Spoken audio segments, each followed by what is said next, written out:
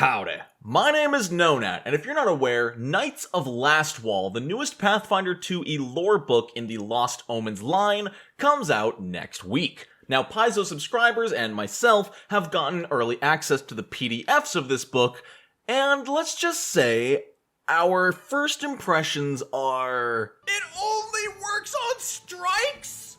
Not spells, not area effects, not persistent damage!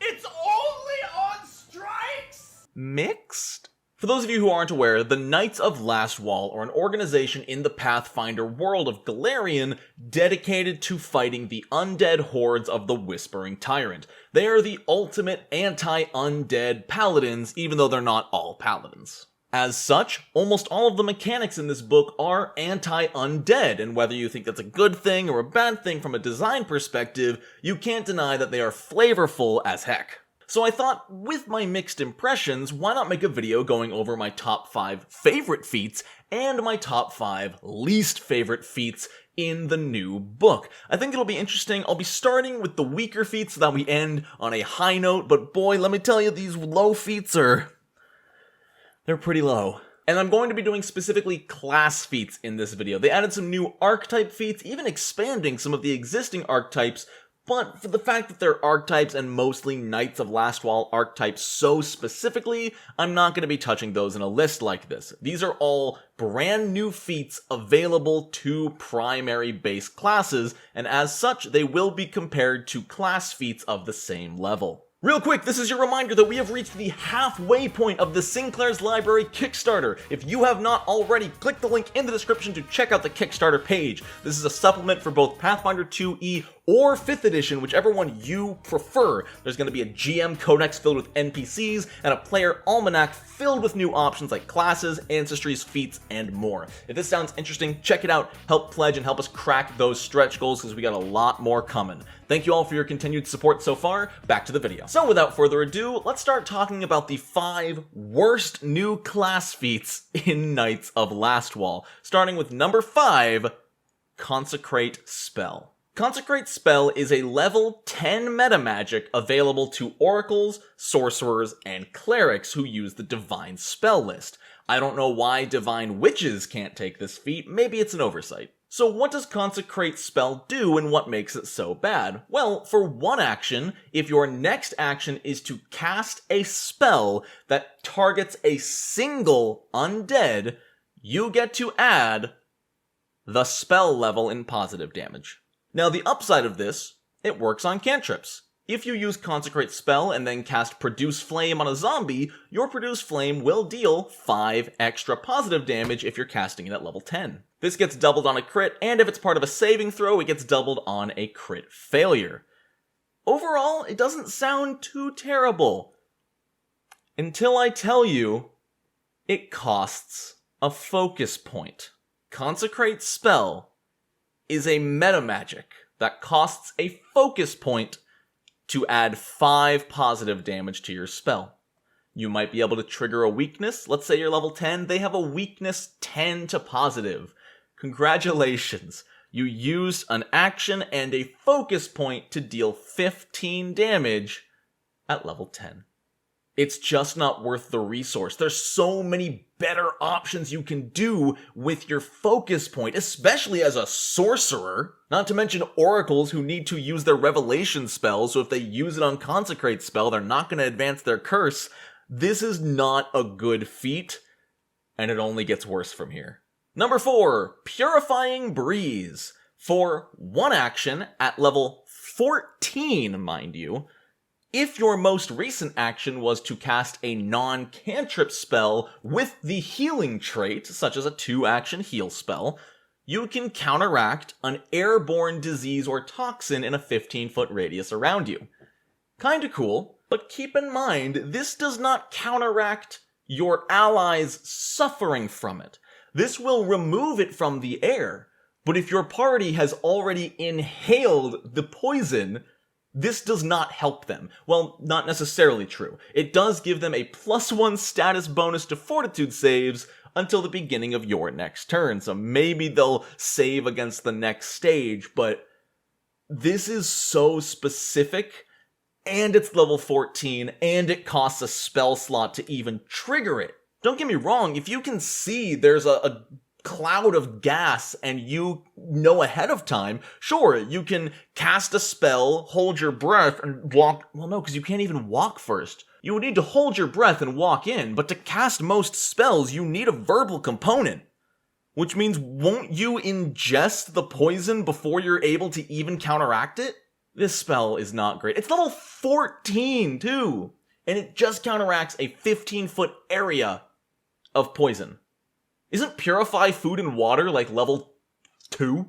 It's level 1. Purify Food and Drink can affect a cubic foot of contaminated food or water as a first level spell, but this needs to be a 14th level, essentially meta magic, to counteract 15 feet, well, 30 feet area of gas.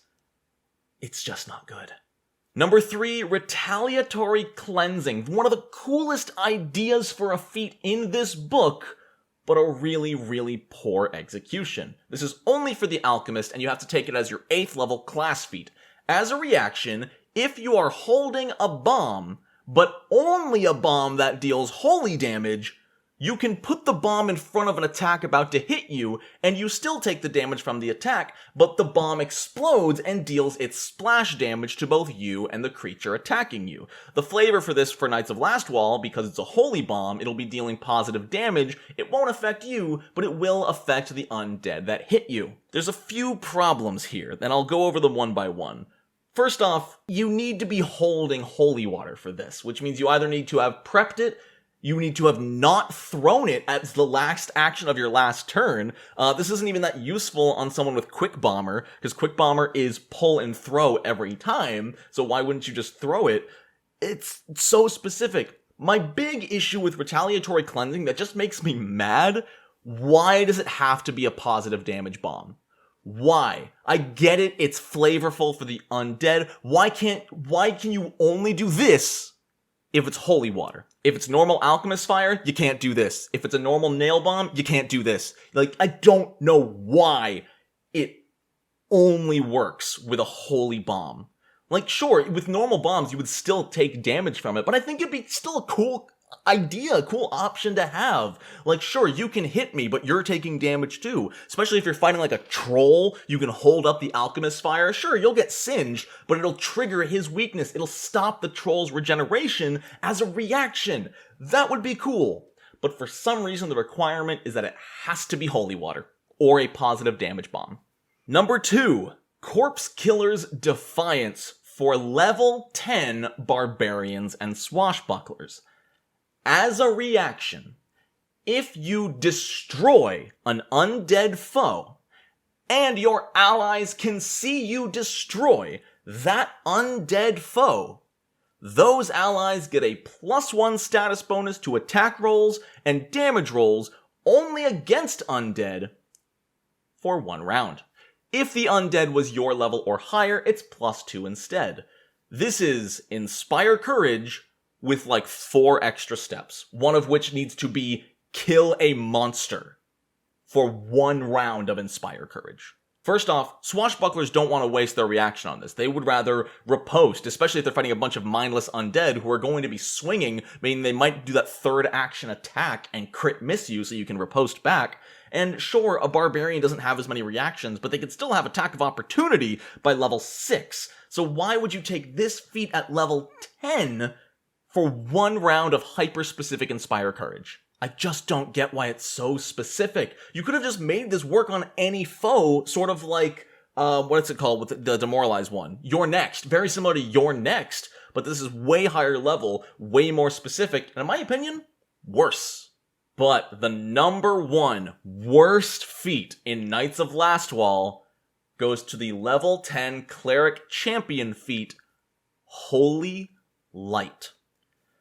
For 2 actions, you create a beacon of light around you that is a 30-foot radius, so 60 feet in all directions, and 100 feet high.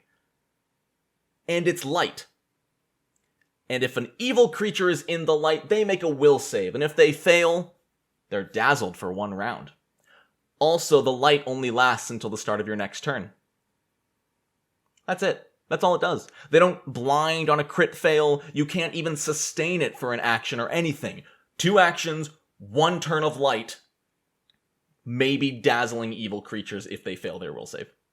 Keep in mind, the light cantrip, which would be upcast at 5th level by this point, is a 60-foot radius, which is twice as much light. Sure, it doesn't dazzle for 1 round, but dazzled's not even great.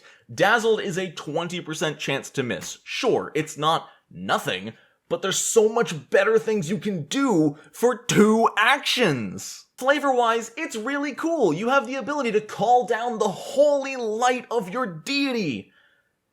It doesn't even do 1 good damage. If it did 1 good damage and 1 positive damage, this would be a good feat. 2 actions, trigger the weakness of everyone around you. Super cool, especially for a champion or a cleric of a good deity. That would be so flavorful. Just a massive area of triggering good and positive weakness. The end, that's all. But no, dazzled for 1 round on a failed save with no crit fail effect. 2 actions, level 10. This is the worst feat in Knights of Lastwall. But let's turn this around, let's flip it on its head, and let's get happy, let's get impressed, because there are at least 5 really cool feats in Knights of Lastwall. And coming in at number 5 is Knight's Retaliation for Fighters and Swashbucklers. Again, kind of a hard sell, because Fighters and Swashbucklers already have multiple reaction options, but this one's pretty cool. If an undead creature critically fails a strike against you, you can shove it, disarm it, or trip it as a reaction. Not only is this going to be an extra action not on your turn, but it's also going to be at your full bonus. It's not going to count against any attacks you make. A reaction to trip against a crit failed attack is amazing. If this did not specify undead, this would be an awesome feat for fighters and swashbucklers, and personally, if I would ever have a player who wants to run this, I would remove the undead requirement. I get it, it's there for the flavor of Knights of Lastwall, but a level 8 feat that lets you trip as a reaction if they crit fail an attack, that's totally balanced for me. It doesn't need to be just against undead. Number 4, Detonating Spell. Similar to the earlier one, this is a meta magic for clerics, oracles, sorcerers, witches, and wizards. I think that's literally every spellcaster but druids. And for a single action, you imbue your next spell attack. If you shoot a spell that affects a single target, that spell explodes, dealing splash damage equal to the spell's level to all creatures adjacent to the target. It does not deal any bonus damage to the target itself, but hey, if you take this at level 6, suddenly your level 3 Ray of Frost deals 3 splash damage, because yes, this works on cantrips. And this is well designed. It doesn't need to be undead, it doesn't cost a focus point, and it doesn't need to use a spell slot. This is just a really cool 3rd action option for spellcasters. I don't know if druids should be on there. I feel like if wizards can get it, druids should too. But overall, this is awesome, and I want to see more spells like this, especially meta magic that give you a cool option to use with that 3rd action for a 2-action spellcast. I'm stuttering because I'm very enthusiastic about this. Coming in at number 3 might be a surprise to some people, but I love Agile Shield Grip. For 1 action, you change your grip on a shield, and the damage die is reduced to 1d4, but it gains the Agile trait if you're attacking with a boss or spikes. That's it. You get to attack a little more accurately with multiple shield attacks, granted at a lower damage die. I think that's totally fine. I love the idea of a stupid dexterity-based fighter with dual bucklers, one with spikes and one with a boss, who's just slamming and stabbing people with their shields. Is it gonna be super min-max optimized? No, but it's gonna be really, really fun. And it's a second feat tax, but yes, that would work with Double Slice. You could wield 2 shields with damaging attachments and double slice with them. I love it. And because they're agile, they don't take the -2 from double slice. Boom! Coming in at number 2, also for champions and fighters, is Devoted Guardian. This is an action that I know a lot of people have wanted, and I bet a lot of GMs have homebrewed on the spot. As a champion, you've raised your shield, but you also want to protect your ally without necessarily using your champion's reaction. This lets you do just that. If your last action was to raise a shield, you can spend an additional action to grant part of that shield's bonus to your ally's AC. Typically this is going to be a +1, but if you're wielding a tower shield, your adjacent ally gets +2. Now, it only works on one creature at a time, so don't everybody crowd around the champion expecting a bunch of free armor class. But with a tower shield, that's amazing. It's like spending a second action to raise a shield for your adjacent ally. If you're fighting alongside the rogue or the fighter and you're not flanking, this is an amazing option. And someone in my stream chat yesterday actually brought up that it brings a really cool option, a choice to make. Do you get on opposite sides of the creature to flank them and lower their AC, or do you stick together to raise your collective AC? It's a choice you have to make, and a really cool one at that. But the single best feat in all of Knights of Lastwall is Ghost Wrangler, because you can suplex a train.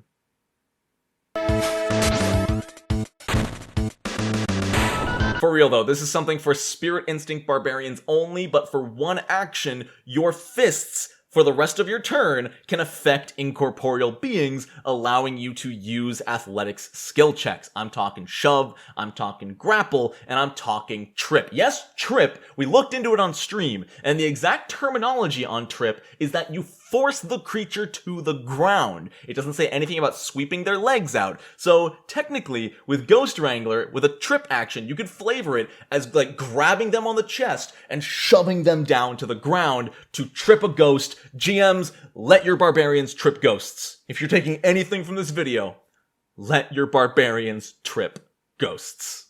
And those are my top 5 and bottom 5 feats in Knights of Lastwall. But what do you guys think? Are you a little more lenient and forgiving on some of these feats because it's a lore book and not something like a full mechanics book like Secrets of Magic or Guns and Gears? Or do you think that the mechanics here should meet the exact same power level balance quality of the official mechanic books? I'd like to hear from you. I've heard both sides. I definitely stand on the side of the mechanics should be balanced across the board, but I've also heard people saying like, yeah, it's good against undead, and that's all it's good for. That's all it should be good for because it's an undead book. So let me hear from you guys. Give us your weight on this one way or another. I would love to hear from the community at large. But thank you all so much for watching. I want to give a huge shout out to my patrons. Thank you so much for keeping my lights on. I've been having a lot of fun meeting with my $30 patrons once a month. You guys have been awesome. There's no open spaces right now, but maybe there will be at some point. Otherwise, you can pledge to the $10 or $20 tiers to help promote me and get some cool stuff in return. So thank you all so much for watching. Don't forget to check out Sinclair's library using the link in the description and pledge to that Kickstarter. And until next time, Nonat ones.